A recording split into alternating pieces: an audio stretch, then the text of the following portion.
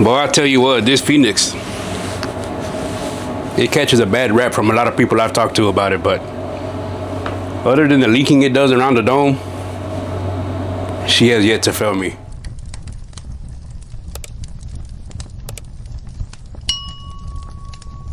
What's up, everybody? Jay here with Jay's Backyard Cooking, and today we're firing up the Pitboss Phoenix because we're gonna do some poor man's burn-ins. Let's get into it.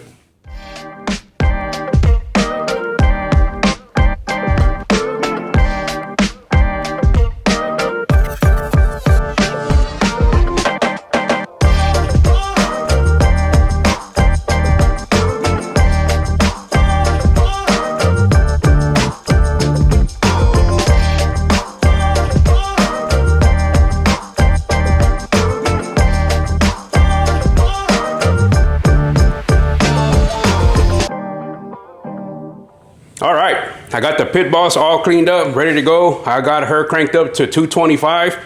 Let's get into the seasoning part of it. As always, if you're familiar with the channel, you know that I like SPG, straight Texas style, salt, pepper, garlic. I thought about going some kind of a pre-mixed blend, but nah, I'm just gonna keep it simple. So the SPG is the way to go. So what I mean by poor man's burn-ins is, we went to the grocery store the other day and I really wanted a brisket, but unfortunately, I just don't have the time to do that anytime soon, but I did think about the burn-ins. So what I did was I went and looked for a chuck roast and found the cheapest, fattiest one that I could find, and came across one that is almost 2.5 pounds. It costed $14.20. Now, some would call these the poor man's burn-ins, but honestly, these were $6 a pound. So are they really poor man? I don't know, I'll let you decide. But I didn't want to spend the $60, $70, $80 that the whole brisket was. Again, I wasn't gonna have time to cook the whole thing this weekend. So chuck roast, burn-ins is what we're doing. And then again, if you notice, I did say the fattiest one that I could find. Typically burn-ins are made from the point of a brisket. So typically a lot fattier on that side. Using a chuck roast for burn-ins is almost like you're doing it off the flat of the brisket, which is the more lean side. So again, the fattier, the better in my opinion. No trimming, none of that, just season and get it on the pit. You're gonna pepper on both sides. Make sure to get the tips, the ends. And if you're new to the channel, I always say, use what you like. If you don't like salt, pepper, you prefer something that's already pre-blended, pre-made, Meat Church is a go-to for me.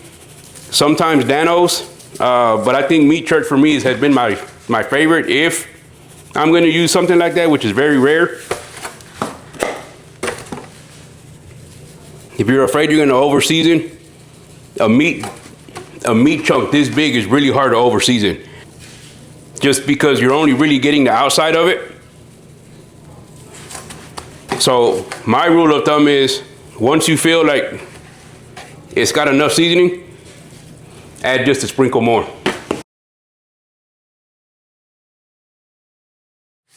Again, that is it. It's simple today. I'm gonna throw it on. I think this meat being just over 2.5 pounds, I think it's gonna take roughly about an hour a pound maybe. We're gonna keep an eye on it until it's probe tender, right around, say, the 200 mark before we pull it. But at about the 260, 270, I'm gonna treat this just like a brisket. At about the 260, 270 mark, I'm gonna take it off. I'm gonna wrap it in some butcher paper, and then we're gonna put it back in until it comes to temperature again. 200, 202, 203, somewhere around there. We'll pull it, and then we'll come back to the next step. On this cook, I'm also gonna use my Tim Spike XR. Man, I love this thing. I'm able to just find the thickest part of the meat, shove this spike in there, just like that. I'm gonna put it on the Phoenix and let it go. From the couch, I'll be able to monitor the temperature on the gauge here. So today's gonna be an easy cook, guys. Let's get it on the pit.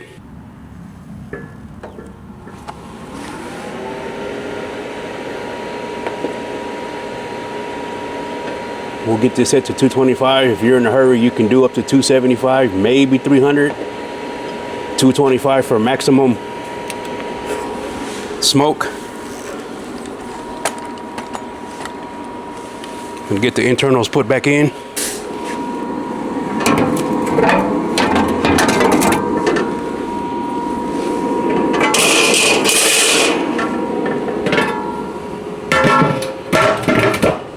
If you'll notice too, I did move the Pitboss onto the grass. And the reason for that is because I quickly learned real fast that this little lip right here leaks really bad all the way around. When the smoke comes up, it hits this dome and it condensation or whatever, and then it starts to run down the sides and it leaks down and it dirties everything all the way down, legs, concrete. So if you buy the Phoenix, it's a great machine. I'm telling you right now, it does what it's supposed to do, but just be mindful. Put it on the grass, put a piece of wood under it, something like that to keep it from dirtying your concrete, because it made a mess. Had to pull out the power washer and power wash the concrete. Oh, real quickly too, before I forget, be careful of the handle. Like, they made it, I guess technically high enough to where it doesn't get hot, but that last cook that I did, it was a pretty long cook. It was around 7-8 hours that I used it. That handle got to the point where I had to use my sweat towel, you know, to wrap around it to get it off, just safety reasons. But yeah, so just be mindful of that handle.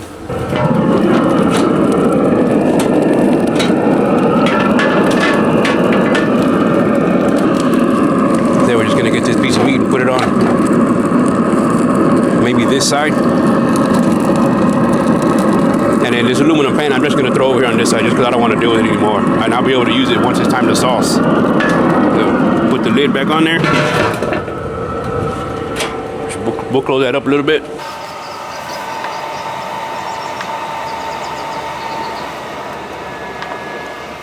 I messed up, I had it set for 325. I went ahead and dropped it down to 225. Wondered why it was smoking so much so quick. I'm gonna take the lid back off, let it cool back down. And then after that, it's gonna sit there until it's done. Until it's time to wrap, I mean. It's not taking long, it's dropping. We'll be back soon. All right, full disclosure here, I did eventually crank up the Phoenix to 250. And I'm probably gonna crank her up again just a little bit, probably to 275, because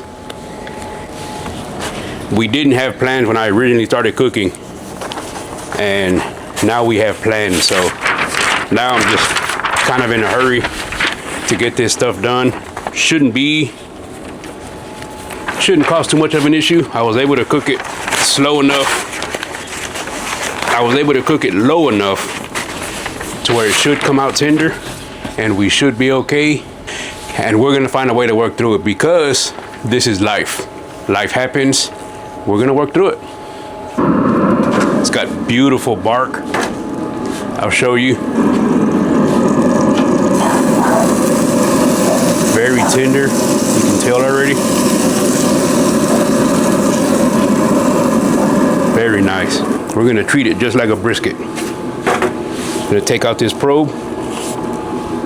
The only thing that I'm not gonna do that I normally do is pour tallow over it, just because it was so, just because this meat is so lean. I don't have any shave neither.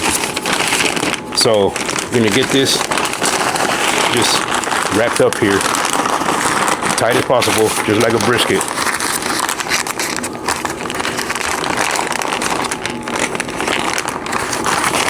Just get it like this. Get that flipped over. Put this probe back in there and put it back on the pit. And then, like I said, at this point, I had it set to 250.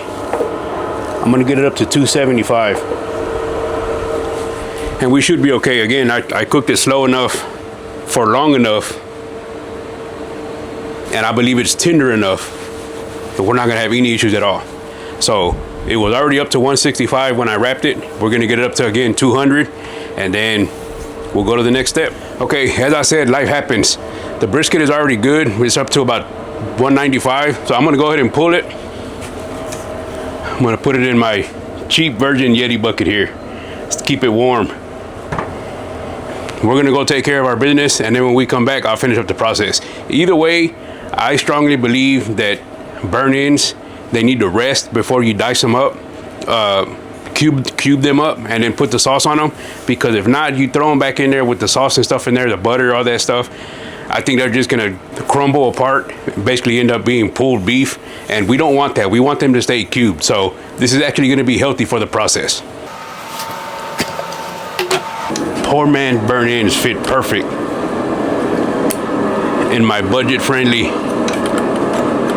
Yeti bucket. Academy, 50 bucks all day. It's gonna work wonders. Okay, we'll pull this, let some of that air out, close it back up. We'll get this finished up in a little bit when we come back. If you watched my skit from last week, my channel is all about life. You know, cooking in real life, stuff happens. We didn't have plans, now all of a sudden we do. It's gonna be fine, we're gonna work through it. All right, we are back. We're gonna unwrap this chuck roast, get it cubed up into like 1-inch squares. Put it in this pan. As you can tell, I don't know if the camera is doing it any justice, but that is a pretty good bark on there. You slice it open, you can see the ring. It's perfect cook. I've heard a lot of bad things about the Phoenix. I have yet to experience anything bad about it except for the way the lid leaks. Just as simple as putting it on the grass and not worrying about it. You can see that smoke ring. It's perfect. You'll cross cut it here. Again, we're looking for just 1-inch squares.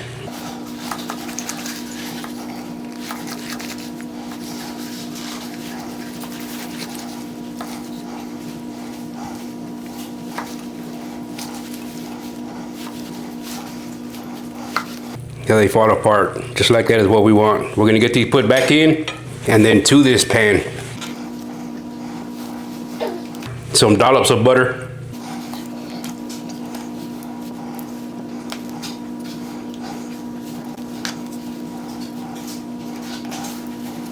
And then to this, your barbecue sauce of choice. Like I always say, as much or as little as you want.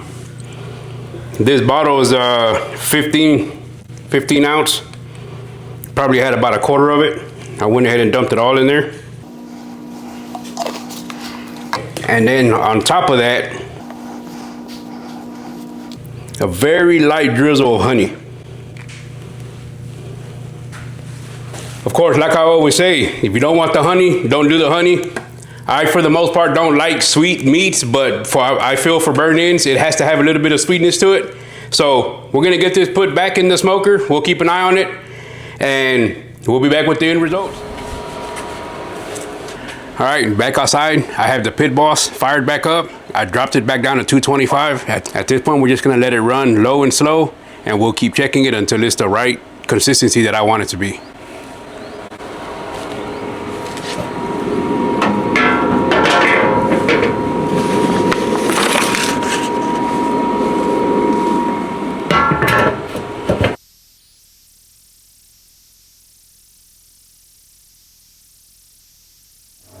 Boy, I tell you what, this Phoenix, it catches a bad rap from a lot of people I've talked to about it, but other than the leaking it does around the dome, she has yet to fail me. These are done. Let's get them off. You see that? That's gonna be some deliciousness right there. Deliciousness right there. I'm gonna get these in. We have some potato salad from HEB that we're gonna pair this with. I think some coleslaw, and we're gonna serve dinner. If you like what you saw here, please do me a favor and hit that subscribe button, hit that like button, and comment. Anything helps. If you have the Phoenix, what do you think about it? We'll see you next time.